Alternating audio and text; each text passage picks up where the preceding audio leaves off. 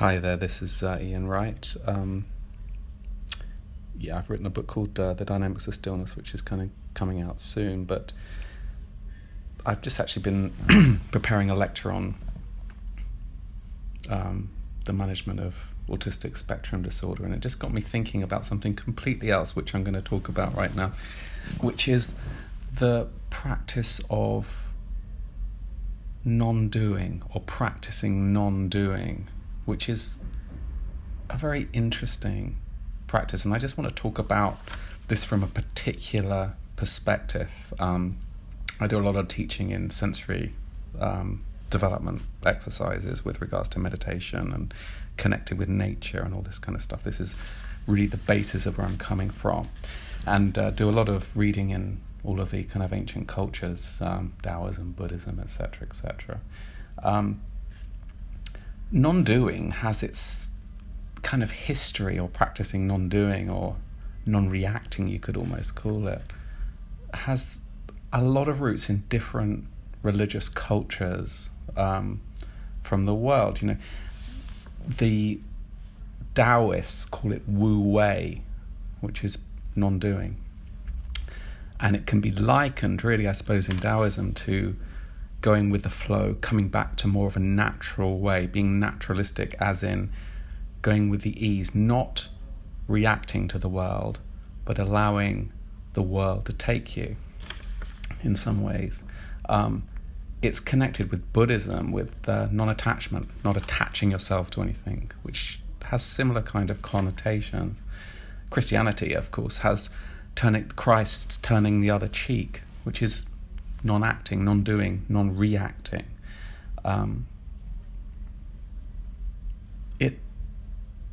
What I'm interested actually in looking at it is actually looking at it as a felt sense. This idea of felt sense is what I'm trying to do, and what I do when we're teaching a lot of this work, is to feel things out, to get a sense feeling of it instead of thinking about it. We can think about these concepts till the cows come home, but actually thinking about it gives, for me personally, no sensory or sensual experience. And for me, it's all about sensory experience. That's how I engage with the world, which is through my senses and how I interpret them. But if we start learning to become aware of the process of our senses and how our senses engage with the world, then I think things can become clearer and less disorientating for us. And I think it's very good in meditative sensory practice. So this idea of non-doing, I mean, in simple terms, it's the idea. I mean, actually, there's a lot of work in some of the Toltec traditions, which is to do with non-doing, taking everything in, but actually the practice is non-doing. It's the same thing. Taking all of what's happening into you. For example, you're in a situation with a trigger person, someone who is going to wind you up, someone in the workplace who triggers you on an emotional level because for some reason you feel undervalued or unloved or unsomething. We're always on some levels being triggered by feeling unsomething. And when we look at that, and when we look at it directly, there's always a feeling in us that we're possibly not valued. And this is more of an emotional non-doing. So what happens is, the first thing is to bring our awareness and our consciousness to this process. So when we're being triggered, to not directly react to it. I mean, you know, this is a great thing. The great thing about all these traditions and these practices are that they are practices, because I fail at this every day.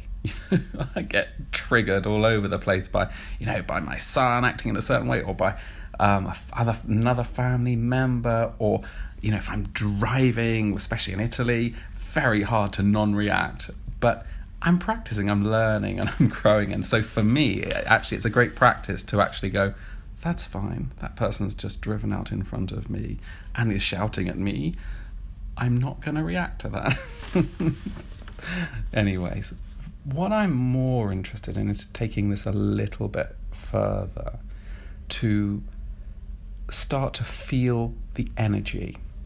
So what a practice I do when I first wake up is to feel myself, my body as a whole, and try to get a sense of where my energy is. For example, if I've just woken from a dream, my energy is way away from me in the dream world.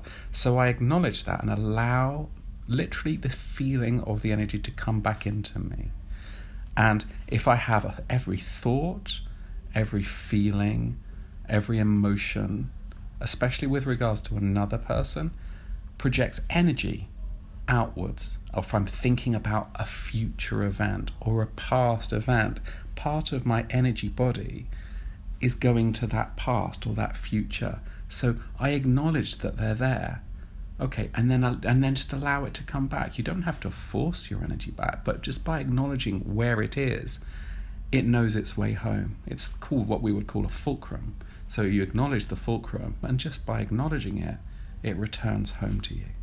Yeah, it's beautiful. Actually, if you force it, it can put tension in your body. So actually, just allow it. Okay, my mind is in this dream I've just had. I'm partly thinking about the day ahead. My left foot sore, whatever. Just allow all of those things to happen and allow your energy to come back into you. And actually, it literally feels like you're energizing. Your body feels like the energy is actually physically coming back. And a nice way to actually do this is to allow your awareness to come to the quietness and the softness in your breath. And then allow your awareness to see where your thoughts are, where your feelings are, where your emotions are, and let them come into this place, return to this quiet place which is in you, this place of non-action, of non-reaction, a place of non-doing. And actually this is, in Taoist terms, this can go to a place of non-being, a place where there is stillness. This is a place in the center of us. You could say the Taoists and Buddhists talk about this place in the center of a head, which links up with the third ventricle of the brain, this place of stillness, which is the place, actually it's a location where it feels like this is the stillness before action. This is the place of non-being, where the unformed meets the form, where the creative impulse comes from. So we're going to this place of quiet and this place of stillness, and this place actually which goes from time, which is expression, to timeless. So it goes from kinetic action to potential. So all the potential of being comes from stillness. And that's how the earth was created and is creating itself. And that's how we create in the moment. But we have to come to this place of stillness, this place of non-doing, a place of being and non-doing. And from this starting point, then we can meditate, or then we can breathe into our day and allow the day and our lives to unfold naturally from this place of quiet. Anyway, it was just a thought, and I hope that helps. Okay.